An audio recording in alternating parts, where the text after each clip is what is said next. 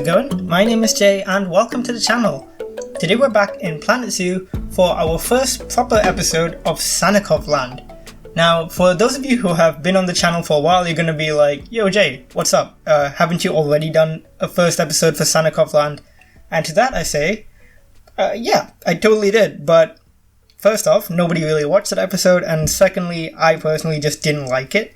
I think it was, it didn't really show very much. All we did was work on the main roads leading into the park, and honestly, it was pretty boring overall, so I'm very happy to say that we're going to restart. This is going to be a fresh start. That episode that I already released is going to be more of a prelude towards Sannikovland, and this is going to be a proper episode 1. So I've already renamed that old episode, and this one's going to be the first episode. With that out of the way, I know I do have a lot of new subscribers, so thanks so much for that. We are now at like 216, I believe, which is amazing. Thank you so much for following along. And I thought, it'd be best to reintroduce Sannikovland. So first off, the name. It might sound a little bit odd to you. If it does sound a little bit Russian, it's because it is. Sannikovland is this mythical lost island that was sort of discovered in inverted commas by some Russian sailors a while ago. It's supposed to exist north of Russia, and it's all like mystical and like surrounded in mystery and all that fun stuff. And obviously no one's ever really found it, so no one knows if it exists. It probably doesn't, obviously. I'm sure we would have found an island, like a whole island by now if we thought one was out there with satellites and all that. But I just love the whole mystical kind of lost island vibe of the name. So I decided, let's name this zoo that. I want that kind of atmosphere to be present here. So yep, that's where the name came from. And as for the park itself, what it's going to be is it's going to be this huge zoo, huge tropical zoo that has a very heavy focus on aesthetics. So it's going to be really nice to look at. But also I want to focus to a decent degree on realism. So I'm not going to make it realistic down to the T where we're going to sacrifice a lot of aesthetics, but I am going to keep it realistic to an extent so that while we're building our habitats, while we're going to the zoo itself, we want to keep in mind things like, okay, how would staff access this area realistically? In this habitat, is there a way to separate the animal out if it needs to be treated, or if the staff need to get in there and clean the habitat while remaining safe? So we're going to take into consideration all that stuff, but we're just not going to keep it, looking nice. Like, we don't want it to look too industrial or too utilitarian. So we're going to kind of have a mix of the two, and I really hope it works out. It's going to be a bit of a challenge, kind of melding those two ideas together, but I think we can do it. I think we do have a very good shot of doing it because we have all the tools available to us in the game. And as for this park itself, as we go along, and the contents of the park itself, we are going to be a lot more generalist compared to my previous build. So for example, Boomy Reptile Sanctuary was the last park I finished, and of course that was focused on reptiles. And before that I had Sannikovland Arctic Wildlife Park, which was focused on Arctic animals. This zoo is going to be so much more generalist, which means we have a lot more flexibility in animal choice, which means I would absolutely love it if you guys would suggest animals in the comments. Give me ideas, If you want to see a wolf, I'll happily, consider putting in a wolf. And if you have ideas for habitats, stuff like that, like if you want to see a lemur island or something, or you want to see like a big, like enclosed jaguar cage with like, massive branches and logs or whatever, anything like that essentially. I'm very open to suggestions and would love to like have a look at all the different ideas and, get inspiration for what to build here.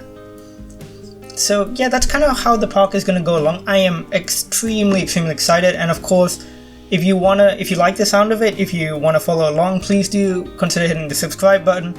I do put out planetzoo content pretty regularly, and this new project is something I am so excited for, and we're going to have episodes of this pretty regularly, I think. Especially now that I'm in lockdown, I've got not much else to do, so yeah, there's that. So with that all out of the way, let's talk about today's episode and what we're actually going to be doing here and what I've been doing on screen for the past 4 minutes. This build, everything that you've seen on screen and everything that was already built at the start of the episode, I've been working on for a long time, probably the past few weeks. And I didn't want to make the entrance fully done until we had the the new DLC, which has so many amazing pieces. Some of the best architectural pieces in the game have been released with this new DLC. I really want to make use of them. Some of them specifically include the bamboo pieces, which you're going to see me use everywhere because they're absolutely perfect for this park. Like, aesthetically speaking, they really help me form a cohesive, like, sort of image that I want this park to kind of lean towards. So, for example, like, first off, you already noticed I've laid out the pathwork for the most part, and what we're doing is setting up the entrance. And on the left side of the entrance, we're going to have a gift shop, and on the right, we have ticket booths. But you're going to notice that on the outside of all of the buildings, I want to create these triangular kind of panels with bamboo in them. So I got inspired by this building that I found on Pinterest. I think it's from a Swiss zoo of some sort, and they've got this really cool triangular structure with these big panels with like wood panes, I think. But instead of that, I've used bamboo, and I've recolored it to kind of match a specific color tone, which is kind of this pale green that I want to kind of continue throughout the park for the different buildings. And I think this looks so cool, and it has like this. My favorite style is a mix of rustic and modern architecture, and I think this really embodies that, and I love it. Like, honestly, I think it looks really, really good, and it's going to be something that I'm going to continue on throughout the park. These triangular panels are just the best. I'm really happy that I found that image for inspiration, and I ended up using these. I just think they're going to really make the whole zoo fit together as we go along. Like, if I have a guest area further down the line, like halfway into the middle of the zoo, but I want to keep it reminiscent of the entrance, all I have to do is drop in a few of these panels. I think they're really versatile, and I think I'll probably upload them to the workshop at some point because they're just so good. Like, there's nothing much else to say about that. They're just really good. I think they're super versatile. Speaking of the Steam Workshop, this series I am actually going to be using a decent amount of items from the Steam Workshop. Some of them include the fonts that were made by Ricey. Her work is incredible, by the way. Please do check out her YouTube channel and her workshop page. But she makes loads of fonts for the game because the in-game default font is kind of cartoony, and it really works for a lot of situations, but I do prefer having a more realistic common font that you would find in real life. And she makes some really excellent fonts. So does the other user Suicide Up. So also do check out their workshop page. I will link all the workshop items that I am using down below in a collection, so you'll see them all. Some of the others include some cars that were made by someone who I can't quite remember, but I will definitely link the collection down below anyways, to just fill up the parking lot.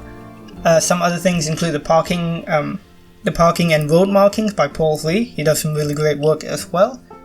And just a few other things like that. Oh, in fact, one of the really useful things we've had this episode is what was it exactly? It was essentially a group of items that were made specifically for a gift shop. So because the zoo gift shops are all just these individual blocks, if you want to make an interior for a gift shop, you need a lot of like clutter and stuff. And this was made by it was made by Plastic Swans, who also has a great YouTube channel. Please do check them out as well. But yeah, Plastic Swans has made this really lovely gift shop collection, and you might see me put it in later. So the interior of the gift shop, which is to the left, it gets filled up really nicely, and it looks like a nice gift shop you'd see on your way out of the zoo.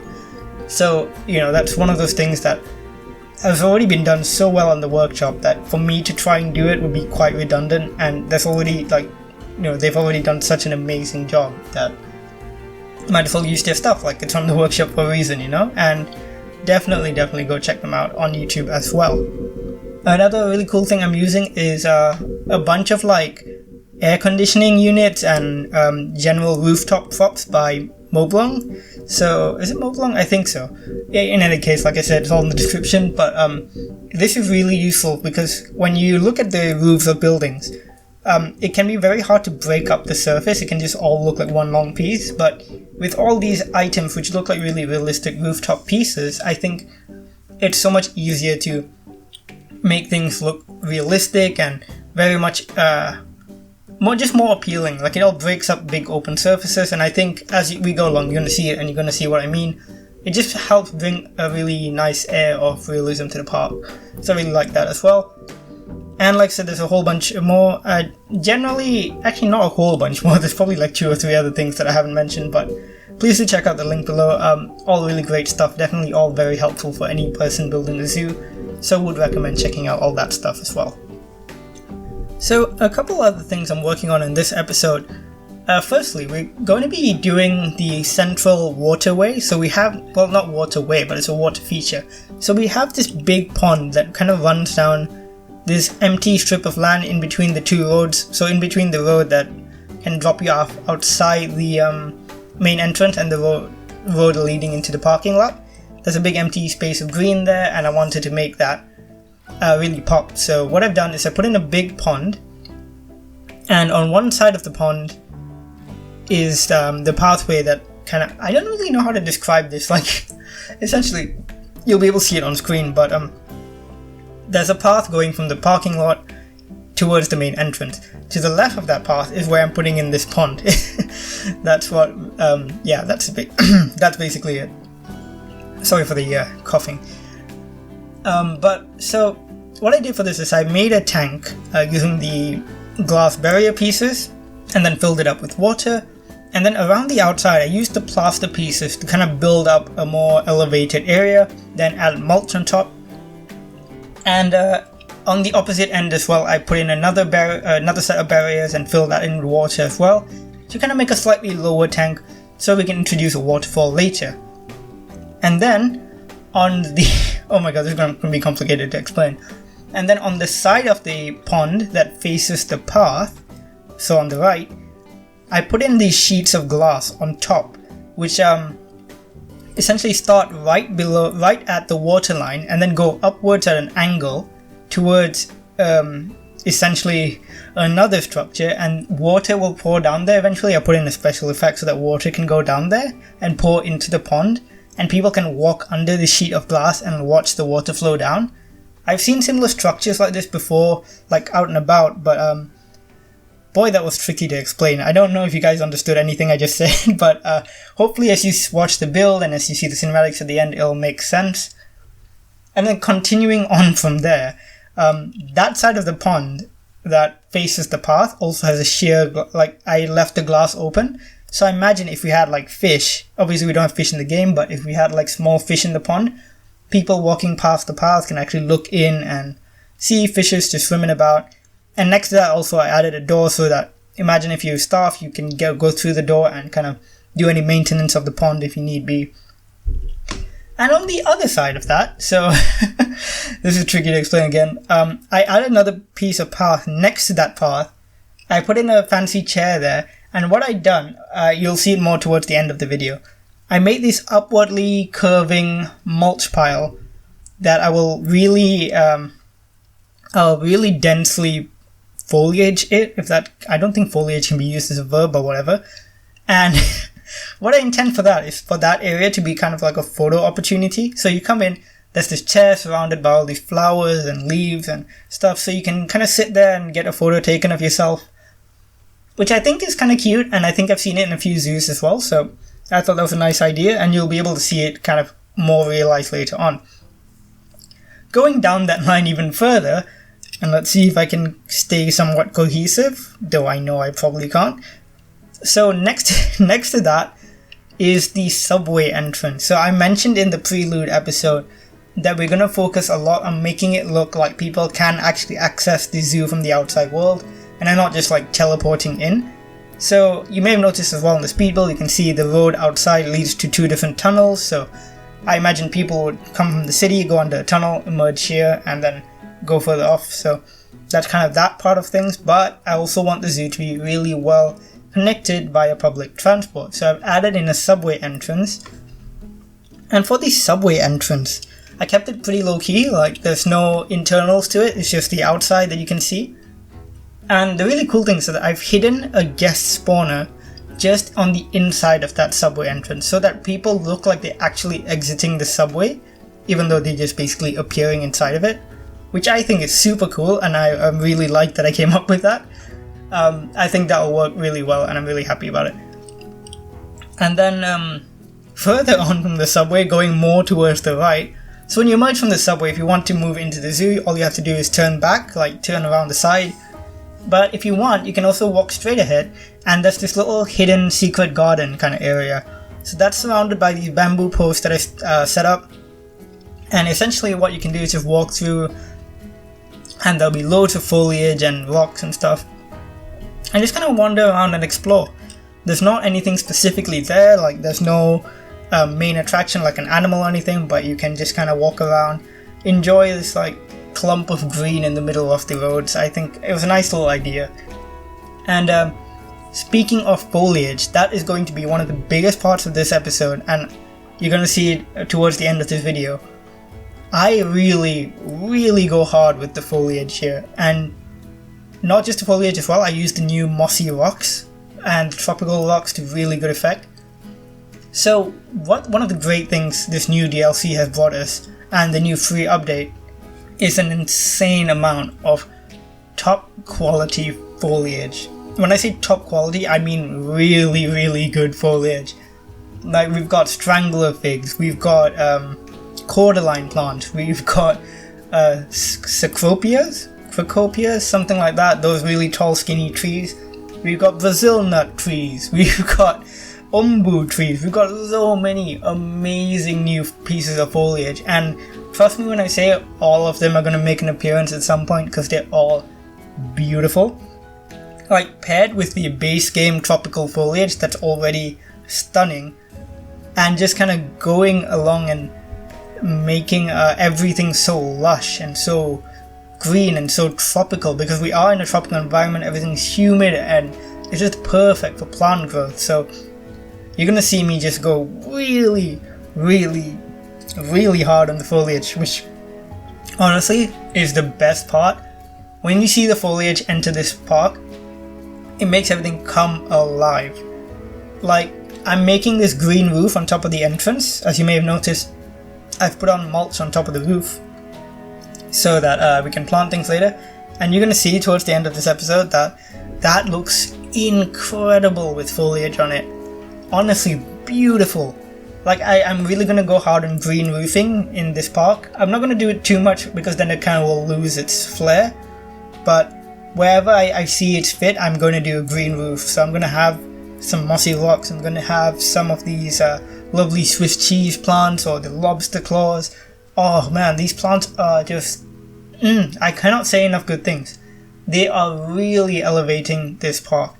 The new orchids are beautiful, the plumerias. Oh my god, I'm not even a plant guy. Like, I'm definitely more of an animal person than a plant person. One of my close friends actually loves plants. She's great with plants and she's doing a PhD on them, and that's super cool. Like, the plants in this game just... oh my god, they're amazing. I love them so much. Oh my god, that took up... I didn't expect to be gushing about plants for this long, but I have been. You know, that's just... yeah, plants are cool. Anyways, that does it for the foliage work. So that's, again, like I said, something I want to carry on throughout the park is this idea that this is going to be a very aesthetically pleasing park to look at. I want this to be really just, like, you look at it and you can think that, oh, a lot of effort's really been put in here to get all these plants in place, get all these rock. And I want to put in a lot of effort here, because I know that as much as I really loved my last park, Booming Reptile Sanctuary, I did feel like towards the end of it, I kind of lost my motivation, lost my kind of drive for that park, because ironically enough, I was getting too excited for the idea of this park, and I didn't put in as much effort as I would have liked for that park. And now I feel like I've really got that drive, and I really wanted to make the most of it and really focus on detail and, you know, just putting my all into building this the way I want it to be. And I'm happy to say that so far, I think I'm really happy with it. One downside to being very detail oriented though is that this park, once it's fully up and running with animals and guests, is going to take a huge performance hit. Right now it's fine because nothing's moving, there are no habitats to calculate, there's no animal animations. Like, all there is static objects that are just kind of sitting down, nothing's really moving, and I'm playing the game on pause, so it's all fine right now. I am gonna try and like be relatively chill with the piece count, but like I somehow don't think I will, because right now the items, like those just like the individual letters on the word Sannikovland on the entrance, are already like 160 pieces, so you can tell this whole park is gonna be tremendously piece heavy. But you know, fingers crossed we'll keep performance going somewhat decently, and you know that we're not gonna run into like a huge FPS drop at some point. But yeah, that's kind of that. Let's talk about the future of the park, where I'm planning on heading with it right now, or what we're going to see happen in the next few episodes, and how often you can expect episodes. Starting with that last one actually. So for example, this build for this one episode took me about 3 days. Obviously not continuously, I didn't spend 72 hours on this thing. I mean, like I play for maybe something like 3 hours to somewhere between 3 to 6 hours a day on this game, and I do it like while I'm multitasking. Usually I have my phone as a second screen, and I watch videos or listen to podcasts or anything like that essentially while I'm building, because building is super fun, but it's nice to have something on in the background as well. So considering that kind of time frame, I think we'll probably see episodes maybe once every 3-4 days. I do hope that's alright. If I'm doing more often, I will try and upload more often, so you know, that's totally kind of up to whatever it is that I'm building and how well that comes across. What did I just say? Comes along. That's what I meant to say. But of course that could change. For example, if I'm just doing one habitat and it turns out that took less time, but because it's a full habitat, there's enough footage to show for a video, I'll go down that route. And yeah, speaking of the series and going forward, I'd like to know, please do let me know in the comments, if you watch this far of course, let me know in the comments, what would you prefer? Do you like speed builds and then cinematics at the end? Do you prefer having me just showcase the zoo live after I've done all the work, just showing you guys around? Or would you like a mix of the two? Please do let me know. I'm still kind of struggling to figure out what's the best format. Over the past few weeks I've been playing Jurassic World Evolution, and I've been experimenting with having the first part be a speed build and the second part be a live play where I show you around the park. And so far those videos have had pretty positive response. With planetzoo I might do the same thing, but of course I really would love to hear your feedback and just let me know what you think. Of course lots of different planetzoo YouTubers have lots of different styles, and maybe this is just the style that I prefer, but it's always good to hear some feedback and I can make a decision from there. So please do let me know down in the comments below.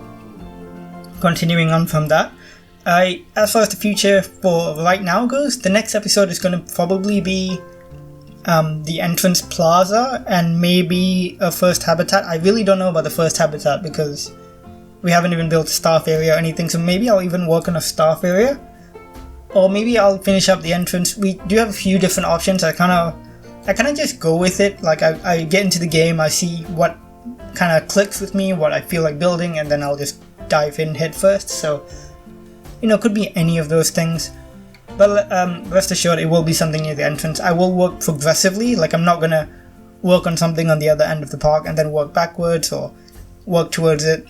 Like I know some people build like that and they do that really well, but for me personally, I just kind of like staying in one area and then working outwards as opposed to working somewhere else and then having to come back. So that's just kind of my personal preference there. Another thing I'd actually like to ask you guys is that what do you think of the time, the length of each episode? Because right now this episode is clocking in at about half an hour. That's with the footage sped up to 9 times. So I don't know whether you guys would prefer longer episodes with slower footage, even shorter episode with even more sped up footage, which I don't know if I can do. 9 times is probably the limit. But yeah, let me know if that's another thing that you might be interested in, is like longer episodes. Be more than happy to do it, but of course, you know, to an extent, like I'm not going to make like 2-hour episodes, because these builds, of course, I need to condense them. And of course, if you do, like I said before, if you prefer me showing you around live, that will cut down episode time tremendously as well. So again, entirely up to you guys, so let me know in the comments down below, or you know, shoot me a message on Discord or something like that. I am on most of the planetzoo Discord servers, I think. If you see me on any of them, by the way, just feel free to chat. I'm always more than open to chatting with you guys. And now we're coming close to the end. I just want to say again, tremendous thanks to all of you for supporting me the past few weeks. I noticed a decent spike in channel growth. Like, we've got a lot more subscribers, so many more comments. I'm loving that more of you are commenting. I absolutely love talking to all of you. I do reply to all the comments. I have had a lot of really interesting conversations with people as well, and it's honestly been so nice. And like, the channel has been growing to a point where I managed to speak to Frontier and like the community managers, and they gave me a key for this episode, for the new DLC that I've been able to use in this build and stuff like that. And honestly, it's such a great feeling knowing that people like what I do and enjoy the work that I'm putting out. And honestly, like, it really means a lot to me. I know I'm getting a little bit sappy, and I've done this a few times where I just get a little bit too sappy, but just a huge thank you to you guys, like, for following me along this zoo building journey, because I love zoos, and I love building zoos, and I love animals more than anything. Like, if you had to ask me what my one dream in life is, it's to one day run my own zoo. I know it sounds ridiculous, but like, if I could do that, that would be something special, I think. Either that or like a museum. I would love either of those. That both sound pretty cool to me. Like, I honestly can't think of anything better than working with animals. Like, that is the dream. Speaking of which, that is actually going to be a new aspect of the series that I haven't done before, is that each episode we introduce an animal. I am going to be doing a specific animal species profile. So we're going to get like a thing on the screen that's going to tell you all the facts about the animals while I'll talk about them as well. So for example, if we have like, we get the reticulated giraffe in, we're going to have like a little thing pop up on the screen with a fact file kind of saying, this is a reticulated giraffe, it grows up to this length, it grows up to this height, how long is its lifespan in the wild, lifespan in captivity, is it endangered, is it not, what's the captive species program like, are we getting good captive breeding, are we not getting good captive breeding, that sort of thing. So, stuff like that, I think it'll be really interesting, because I really want to hone in on the core of this game, which is the animals. Because I do notice that, I think because a lot of people who play Planet Zoo are coming over from Planet Coaster community, a lot of the focus on this game can be focused on building, and I admit I do that as well. But I would like to bring some of that over to the animals as well, because at the end of the day, they're the core of the game, they're the heart and soul of it, and it's always nice to just learn more about animals, I think. So I think that's a good idea, and I remember receiving pretty decent feedback on when I was doing Boomy Reptile Sanctuary and talking about the animals, that people really like that, so we're going to stick with it. And we're pretty much coming to the end of the episode now, so first off, thank you guys again for 216 subscribers. Let's, fingers crossed we get some more.